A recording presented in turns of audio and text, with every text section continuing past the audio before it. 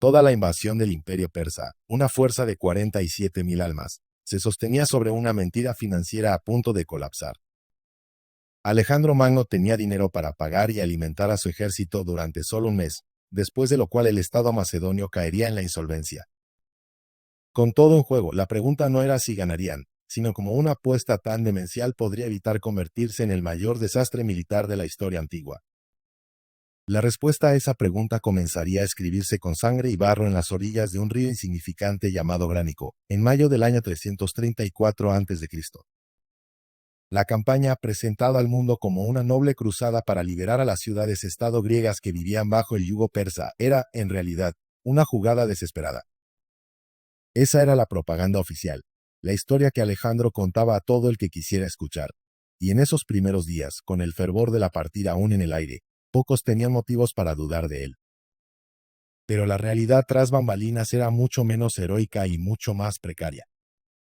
El simple hecho de transportar a 47.000 personas, entre soldados, personal de apoyo y caballos, a través del Helesponto había sido una proeza logística que había vaciado las arcas macedonias hasta el último dracma. El estado, que ya había sido puesto a prueba por las campañas del padre de Alejandro, Filipo I, ahora estaba al borde del abismo. Todo, absolutamente todo, dependía de conseguir una victoria rápida y contundente, una que no solo aplastara al enemigo, sino que, más importante aún, permitiera saquear sus campamentos y ciudades para financiar el resto de la guerra. La gran expedición macedonia hacia Asia era, en esencia, un castillo de naipes financiero, temblando con la más leve brisa. Con esta presión asfixiante sobre sus hombros, Alejandro y su ejército iniciaron su marcha, dirigiéndose a una de las ciudades regionales más grandes y prósperas. Su captura resolvería el problema financiero, al menos a corto plazo, y proporcionaría un impulso moral muy necesario. Siguiendo el guión, Alejandro envió mensajeros proclamando su llegada como libertador, anunciando el fin del dominio persa. La respuesta que recibió fue el primer golpe de realidad de la campaña. Los líderes de la ciudad respondieron cortésmente que estaban perfectamente felices con la gobernanza persa. Agradecían la oferta, pero no, gracias. Estaban bastante cómodos con los beneficios de vivir dentro del vasto y rico imperio persa, con sus rutas comerciales seguras y su administración estable. Aquello fue un jarro de agua fría. No solo se les negaba el botín que tan desesperadamente necesitaban, sino que la propia justificación de su invasión estaba siendo desmontada frente a sus narices. Los supuestos oprimidos no querían ser liberados. Alejandro, furioso pero pragmático, sabía que no tenía el tiempo, los recursos ni el equipo de asedio pesado para embarcarse en un largo y costoso sitio. Hacerlo sería una sentencia de muerte para su ejército hambriento. Así que, con el rabo entre las piernas y una mueca de frustración, ordenó a su ejército dar media vuelta y marcharse. Una crónica, aunque imposible de verificar, incluso afirma que los astutos ciudadanos le ofrecieron un generoso soborno para que dejara su ciudad en paz, una humillación que Alejandro habría aceptado por pura necesidad. Con este primer revés a sus espaldas, la marcha continuó hacia el este. Pequeñas aldeas y pueblos indefensas se rendían a su paso, pero estas victorias eran puramente simbólicas, no ofrecían ni el oro ni los suministros necesarios. Para cambiar realmente el rumbo de la guerra y salvar su campaña, los macedonios necesitaban enfrentarse a los persas y ganar. La pregunta en la mente de todos, desde el general más veterano hasta el recluta más joven, era la misma. ¿Dónde diablos estaban los persas? Mientras Alejandro lidiaba con sus frustraciones, un consejo de sátrapas, los gobernadores provinciales persas, debatía acaloradamente cómo responder a esta inesperada invasión. La reunión era una amalgama de nobles persas, orgullosos y confiados en la superioridad de su imperio. Entre ellos, sin embargo, había una voz discordante, un extranjero. Se llamaba Memnón de Rodas, un brillante general griego que servía a los persas y comandaba una división de élite de mercenarios griegos. Memnón no solo era un soldado experimentado, sino que conocía a su enemigo íntimamente. Estaba familiarizado con Macedonia y, lo que era más importante, con su frágil economía. Sabía que un país tan pequeño y relativamente pobre debía estar desangrándose para mantener un ejército de ese tamaño en territorio extranjero. Con esta lúcida comprensión de la situación, Memnón propuso una estrategia tan brutal como efectiva: una política de tierra quemada. «Quemad las cosechas», instó a los sátrapas. Evacuad las ciudades y los pueblos, llevándoos todo lo que tenga valor. Retiraos ante ellos, dejad que el terreno y el hambre sean nuestras armas. Usad nuestra flota inmensamente superior para cortar sus líneas de suministro a través del Helesponto, aislándolos por completo. Su análisis era impecable. Argumentaba que, para finales del año, sin necesidad de librar una sola batalla sangrienta, el ejército macedonio, hambriento y sin paga, se desmoronaría por sí solo y estaría suplicando un tratado de paz. Los gobernadores persas miraron a Memnón como si se hubiera vuelto completamente loco. Un griego aconsejándoles no atacar a un ejército griego invasor. La idea les pareció no solo cobarde, sino insultante. El orgullo, ese viejo enemigo de la razón, nubló su juicio.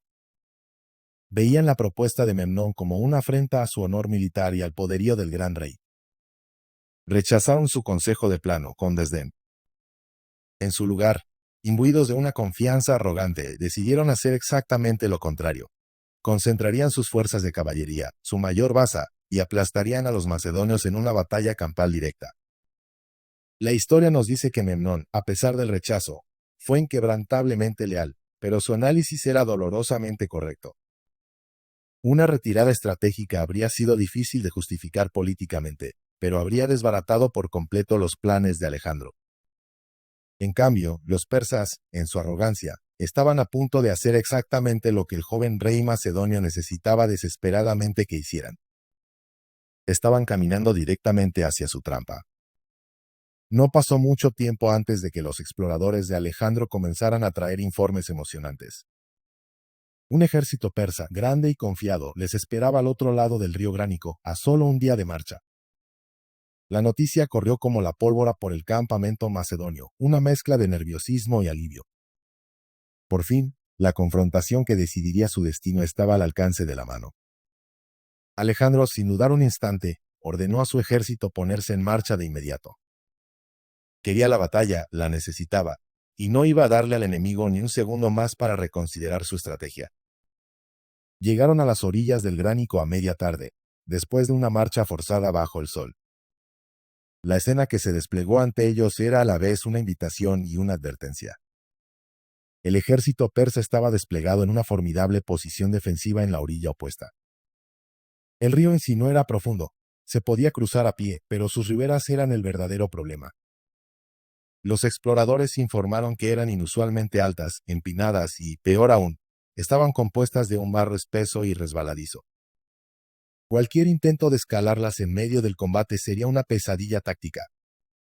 Rompería la cohesión de las temidas falanges macedonias, convirtiendo sus impenetrables muros de zarizas en un caos desorganizado. Para la caballería, sería aún peor, cualquier carga perdería todo su impulso al intentar trepar por el lodo bajo una lluvia de proyectiles. Los persas habían elegido su terreno de manera brillante. Las estimaciones sobre el tamaño de los dos ejércitos varían enormemente según la fuente antigua que se consulte, un problema común para los historiadores. Sin embargo, el consenso moderno sitúa al ejército macedonio entre los 35.000 y 50.000 hombres, mientras que los persas contaban con entre 35.000 y 40.000.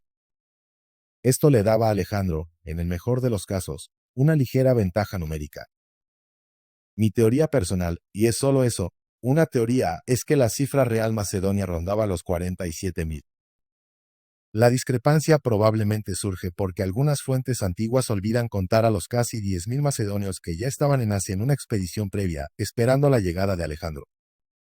Además, si consideramos las cifras fiables que tenemos de batallas posteriores, como Isos o Gaugamela, el ejército macedonio parece crecer mágicamente, a menos que aceptemos que comenzaron la campaña en el extremo superior del espectro de estimaciones.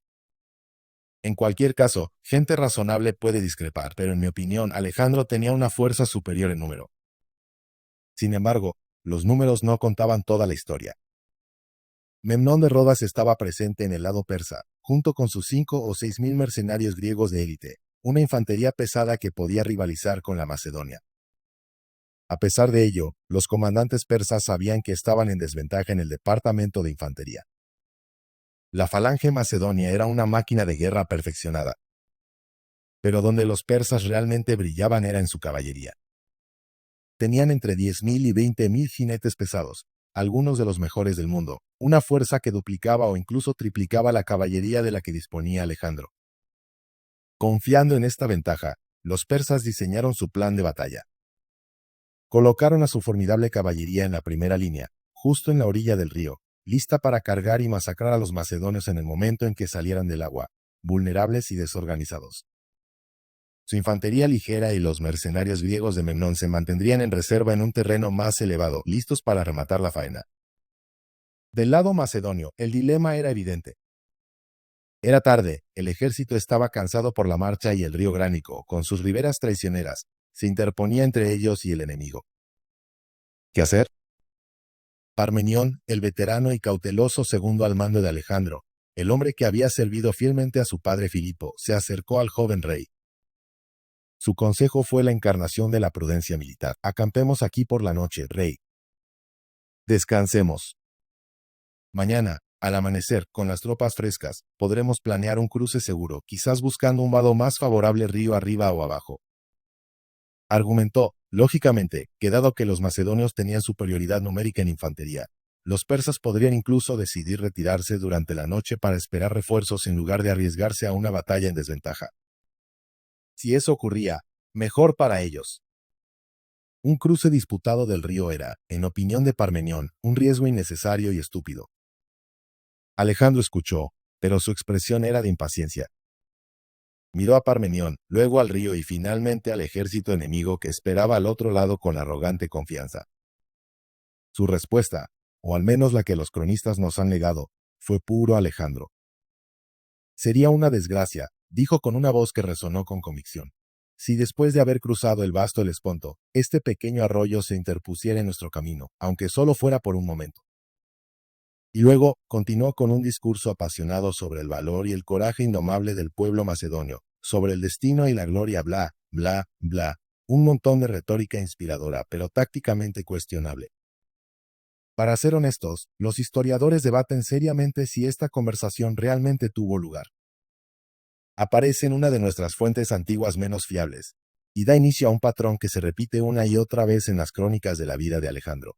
Se enfrenta a un problema, Parmenión sugiere una solución racional y cautelosa, y Alejandro hace exactamente lo contrario, logrando una victoria espectacular. Muchos argumentan, y es un argumento legítimo, que estas conversaciones no deben tomarse al pie de la letra, sino que son un recurso literario del autor para resaltar el estilo de liderazgo único y audaz de Alejandro, contrastándolo con la sabiduría convencional. Entonces, si no estamos seguros de que la conversación ocurrió, ¿por qué la incluyo aquí? Bueno, porque si Parmenión no estaba dando ese tipo de consejo, definitivamente debería haberlo estado. Atacar a través de un río, contra una posición defensiva preparada, después de una larga marcha y al final del día, es, desde cualquier punto de vista militar, una idea terrible. Parmenión, el estratega experimentado, lo sabía. Pero su consejo, ya fuera dado o no, fue ignorado. Alejandro, consumido por la impaciencia y una fe inquebrantable en su propio destino, ordenó un ataque inmediato. La suerte estaba echada. La orden de Alejandro resonó por las filas macedonias, causando una mezcla de asombro y adrenalina. No habría descanso. La batalla sería ahora. Inmediatamente, el ejército comenzó a desplegarse en su formación de batalla estándar, una sinfonía de movimientos practicados 1000 veces.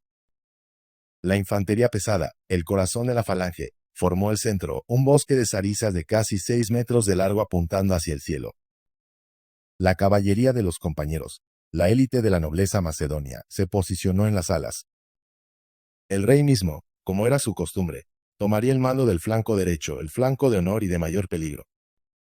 Parmenión, a pesar de sus recelos, asumiría el mando del flanco izquierdo. Desde la otra orilla, los comandantes persas observaban atentamente. Podían distinguir claramente a Alejandro. Su armadura era más ornamentada, su yelmo brillaba con un penacho distintivo y siempre estaba rodeado por su guardia personal, los somatopilaques. Viendo que el rey se posicionaba en la derecha macedonia, los persas reaccionaron, moviendo algunas de sus mejores unidades de caballería para oponerse directamente a él. El centro de gravedad de la batalla se estaba formando alrededor de la figura del propio rey. Entonces, con un grito que fue repetido por miles de gargantas, Alejandro dio la señal. La batalla del Gránico había comenzado. El centro macedonio fue el primero en moverse, avanzando a un ritmo constante hacia el río. La primera oleada, compuesta por infantería ligera y algunas unidades de caballería, se adentró en el agua, rompiendo la superficie tranquila. Inmediatamente, los persas desataron un infierno. Una nube de flechas y jabalinas oscureció el sol, cayendo sobre los hombres que luchaban por mantener el equilibrio en el lecho rocoso del río. El agua se tiñó de rojo mientras los primeros macedonios caían. Fue entonces cuando Alejandro, en el flanco derecho, hizo su movimiento. Espoleó a su famoso caballo, Bucéfalo, y con un grito de guerra lideró a sus compañeros en una carga atronadora. Parmenión, en el flanco izquierdo, hizo lo mismo, iniciando su propio avance para fijar al ala derecha persa. Pero aquí es donde la genialidad o la locura de Alejandro se hizo evidente. A diferencia de Parmenión, Alejandro y su caballería no cargaron en línea recta hacia la orilla opuesta.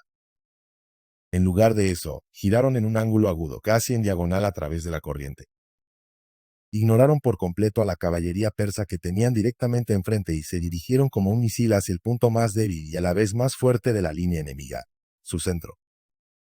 Fue una maniobra audaz y completamente inesperada.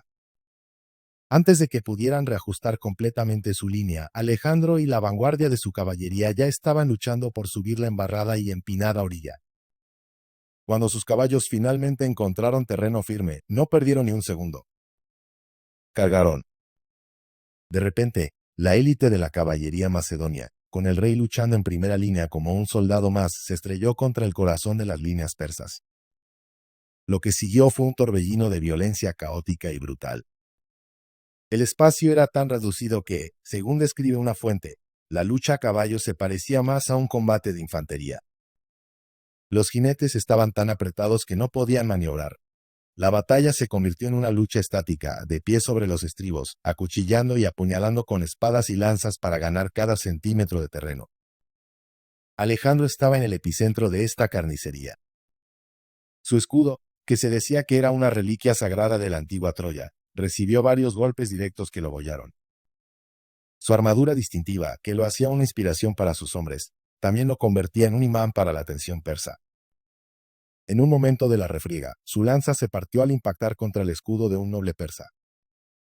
Sin arma, Alejandro se giró y le arrebató otra a uno de sus guardaespaldas, sin dejar de luchar. La intensidad era sobrecogedora. No pasó mucho tiempo antes de que la segunda oleada de caballería persa, viendo el peligro, llegara para reforzar su centro maltrecho. La presión sobre el pequeño contingente de Alejandro se redobló. Lejos de amedrentarse, Alejandro reunió a los compañeros a su alrededor con un grito y lideró una segunda carga, aún más desesperada, contra la masa de enemigos.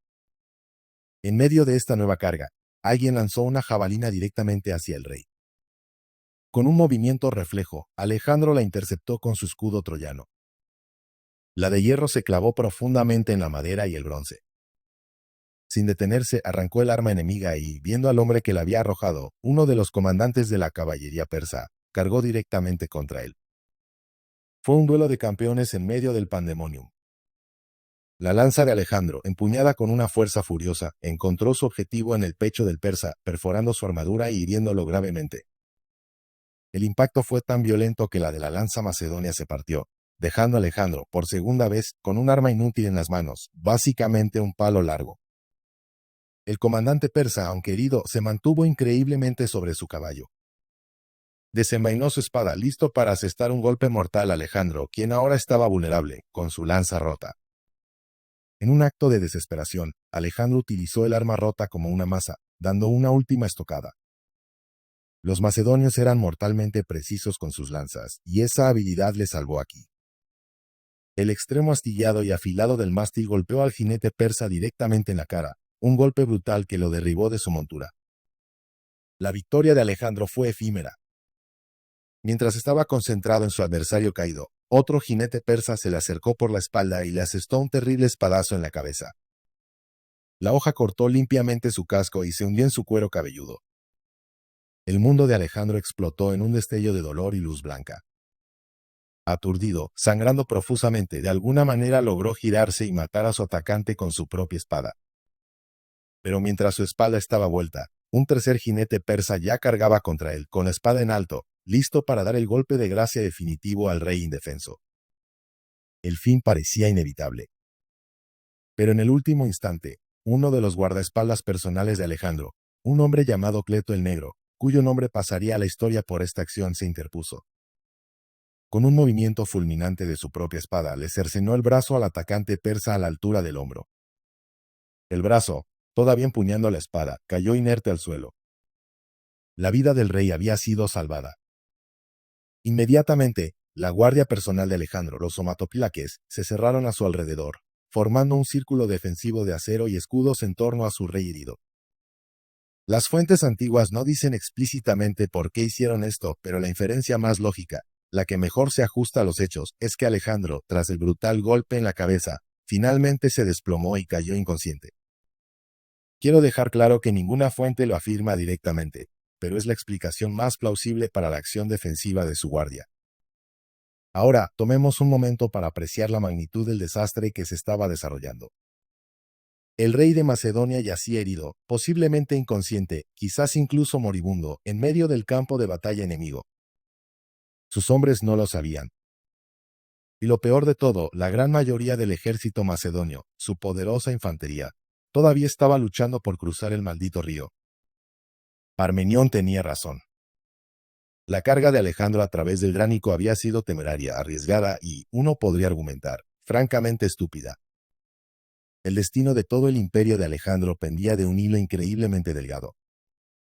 Pero, y este es uno de los grandes peros de la historia militar, se puede decir lo que se quiera sobre la temeridad de Alejandro, pero su sacrificio y la lucha desesperada de la caballería de los compañeros habían logrado algo crucial. Habían actuado como un pararrayos, atrayendo sobre sí a la élite de la caballería persa y creando una brecha, un espacio vital y caótico en el centro de la línea enemiga.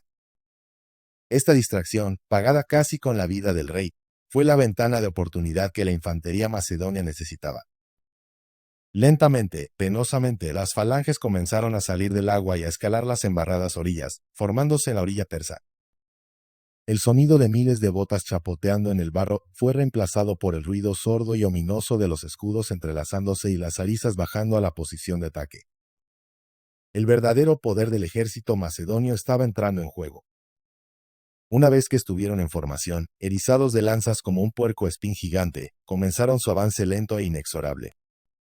La infantería macedonia era una picadora de carne, y empujaron metódicamente hacia adelante, haciendo retroceder a la ahora desorganizada caballería persa, que no estaba equipada para un combate frontal y sostenido contra una falange disciplinada.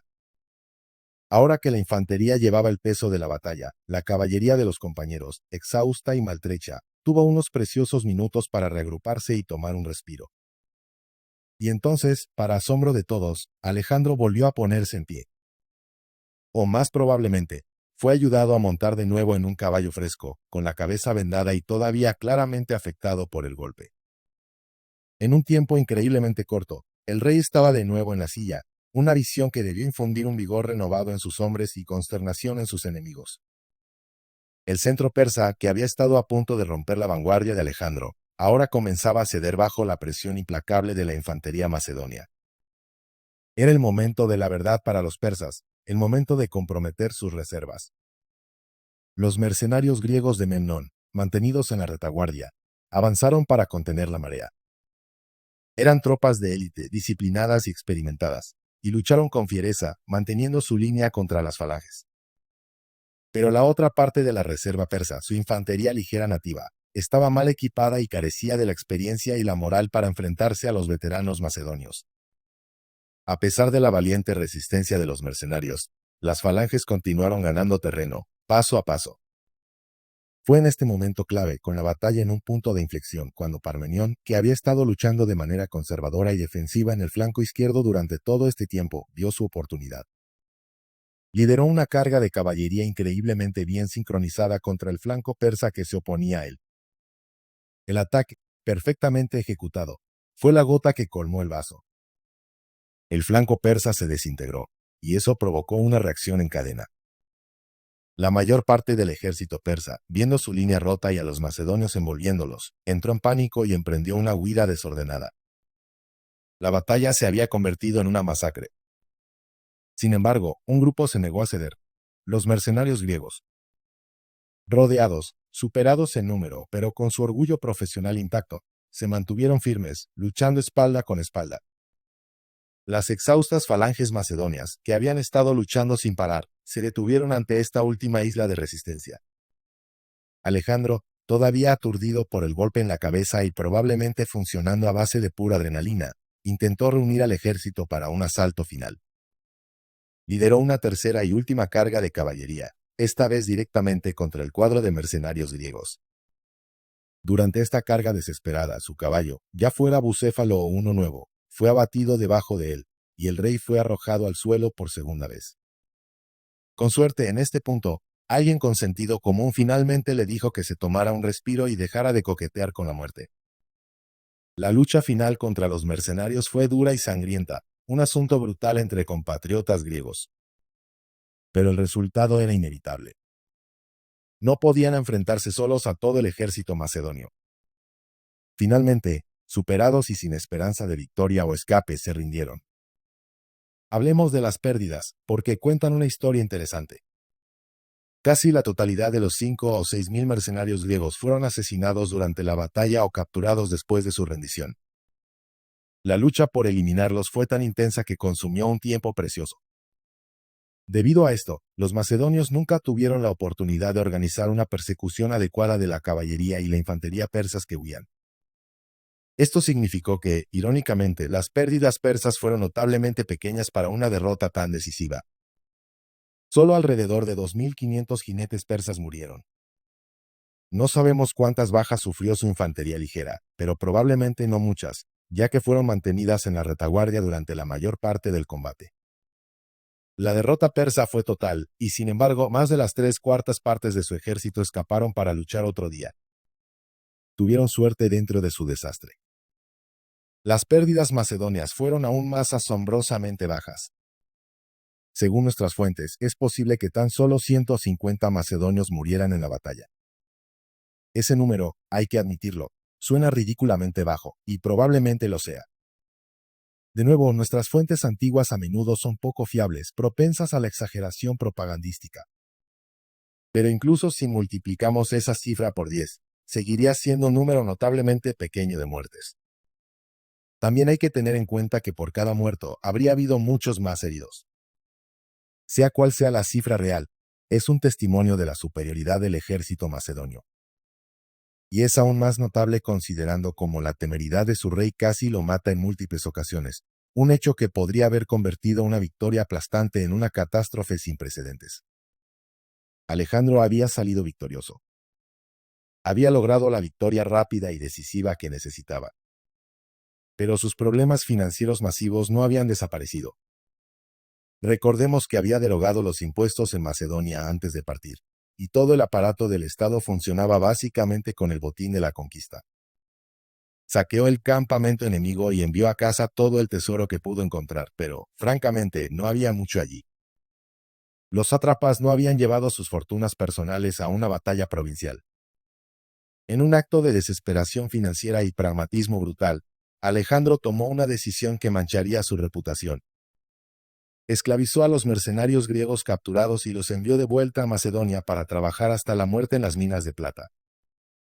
Esclavizar a sus compatriotas griegos era una pésima propaganda, especialmente cuando toda la justificación de su guerra se basaba en la liberación del pueblo griego. Pero la necesidad era más fuerte que la óptica. De todos modos, el botín y los esclavos de la batalla del Gránico le compraron a Alejandro unos meses más de solvencia. Si podía usar ese tiempo para capturar una ciudad importante, como Sardes o Mileto, con sus tesoros acumulados, sus problemas financieros desaparecerían por un tiempo. Y ahora, con el ejército de campaña persa en el oeste destrozado, ese objetivo era perfectamente alcanzable. Sin embargo, el éxito trajo consigo nuevos y mayores problemas. Lo que había comenzado como un problema fronterizo menor para los persas, una incursión que creían que podían aplastar fácilmente, se había convertido de la noche a la mañana en una amenaza existencial para el propio imperio aqueménida. La noticia de la debacle del Gránico viajó rápidamente hacia el este, llegando finalmente a los oídos de Darío I de Persia, el rey de reyes. Darío, que hasta ahora había delegado la respuesta en sus sátrapas, finalmente se dio cuenta de la verdadera magnitud de la amenaza. Tomó nota y ordenó que se reuniera el ejército imperial, un ejército masivo de todos los rincones de su vasto imperio. La próxima vez, se enfrentaría a esta amenaza a Macedonia personalmente. La pequeña guerra de Alejandro estaba a punto de convertirse en una guerra total.